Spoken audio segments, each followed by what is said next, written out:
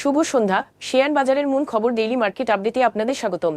আজ সূচক 19.84 পয়েন্ট বা 0.40% বৃদ্ধি পেয়ে 4,967 পয়েন্টে লেনদেন শেষ করেছে। বাজার লেনদেনের পরিমাণ দাঁড়িয়েছে 370 কোটি টাকা, যা আগের কার্যদিবসের তুলনায় 4.31% কম। ফার্মাসিউটিক্যালস খাতের রেনাটা, এসিআই ও স্কয়ার ফার্মাসিউটিক্যালস, টেলিকমিউনিকেশন খাতের গ্রামীণফোন এবং ব্যাংকিং খাতের ইস্টার্ন ব্যাংক ও ওয়ান ব্যাংক পিএলসি আজ বাজারের উত্থানে মূল ভূমিকা রাখে। খাতভিত্তিক রিটার্নে বিমা খাত সর্বোচ্চ 1.67% লাভ করেছে এবং ফার্মাসিউটিক্যালস খাত দ্বিতীয় সর্বোচ্চ 1.04% লাভ করেছে। অন্যদিকে আইটি খাত আজ সর্বোচ্চ 0.19% ক্ষতির মুখে পড়ে। আজকের শীর্ষ 20 দরবৃদ্ধি পাওয়া প্রতিষ্ঠানের তালিকায় ছিল এনবিএফআই খাতের 8টি কোম্পানি, FS finance and investment, peoples leasing and financial services এবং বাংলাদেশ ওয়েল্ডিং ইলেকট্রোডস ছিল সর্বোচ্চ দর বৃদ্ধি পাওয়া শেয়ার। অন্যদিকে বাংলাদেশ ইন্ডাস্ট্রিয়াল ফাইন্যান্স কোম্পানি, শ্যাম্পুর সুগার মিলস এবং বে লিজিং অ্যান্ড ইনভেস্টমেন্ট ছিল সর্বোচ্চ দর পতন হওয়া শেয়ার।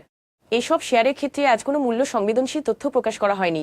গত 3 মাসের গড় লেনদেনের তুলনায় আজ premier leasing and finance, ACI এবং ইন্টারন্যাশনাল লিজিং অ্যান্ড ফাইন্যান্সিয়াল সার্ভিসেসের লেনদেনের পরিমাণ উল্লেখযোগ্যভাবে বেড়েছে।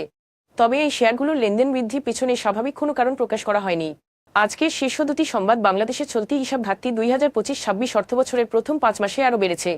এই সময়ে ঘাটতি দাঁড়িয়েছে $696 মিলিয়ন, যা গত বছরের একই সময়ে ছিল $568 মিলিয়ন, যদিও রেমিটেন্স প্রবাহ $13 বিলিয়ন অতিক্রম করেছে। ঘাটতি বৃদ্ধির মূল কারণ হল বাণিজ্য ঘাটতির বিস্তৃতি। আমদানি বৃদ্ধি পেলে রপ্তানি প্রবৃদ্ধি তুলনামূলকভাবে দুর্বল ছিল।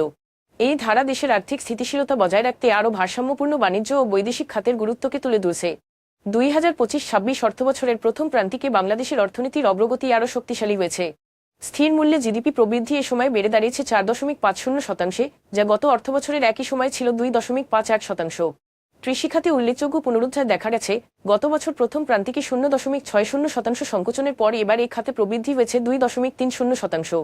এই প্রাথমিক গতি অর্থবছরের জন্য একটি ইতিবাচক সূচনা এবং এটি ধারাবাহিক অর্থনৈতিক পুনরুদ্ধারের আশাব্যঞ্জক ইঙ্গিত দিচ্ছে। আজ এ পর্যন্তই, ধন্যবাদ।